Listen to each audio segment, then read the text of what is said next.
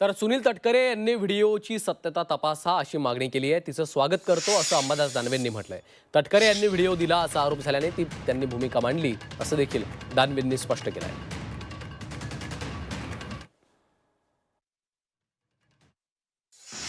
प्रदेश अध्यक्ष सुनील तटकरे यांचं वक्तव्य मी बघितलं आत्ता सकाळीच.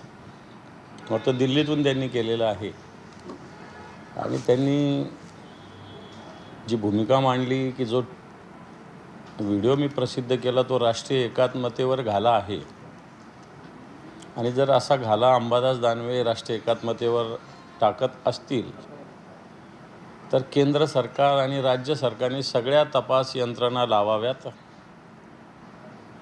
IB असेल, CBI असेल, जे काय असेल, मी तर म्हणेल रॉसुद्धा लावायला काहीच हरकत नाही.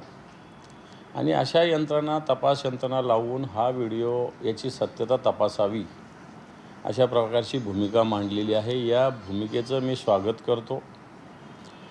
खरं तर केंद्राने आणि राज्याने कोणती तरी तपास यंत्रणा लावून या व्हिडिओची चौकशी केली पाहिजे.